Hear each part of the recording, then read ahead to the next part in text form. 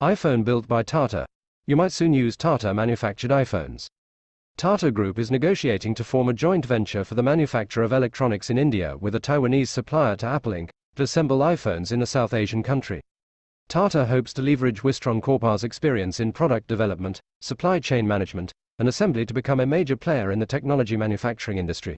The Indian conglomerate produces everything from salt to software.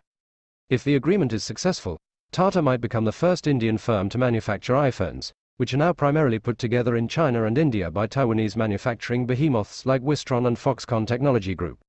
The country's efforts to compete with China, whose dominance in electronics manufacturing has been threatened by sweeping COVID lockdowns and political problems with the US, would receive a huge boost from an Indian company producing iPhones. It might also convince other major global electronics manufacturers to think about doing their assembly in India to lessen the dependence on China at a time when geopolitical dangers are rising.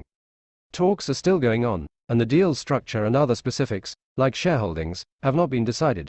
According to one of the sources, the idea may involve Tata purchasing shares in Wistron's Indian operations or the establishment of a new assembly facility by the parties involved. They could also use both of those techniques, the source claimed. Although it is well known that Apple partners with local companies in the areas where it establishes production facilities, assembling iPhones are a challenging task that requires adhering to the US company's strict timelines and quality requirements.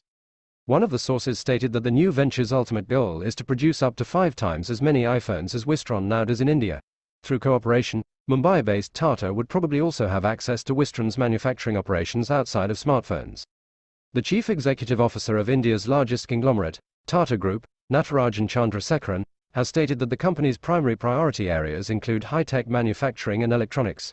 Tata does much of its business in sectors like software, steel, and automobiles, but it has pioneered the smartphone supply chain by beginning to produce iPhone chassis components in southern India.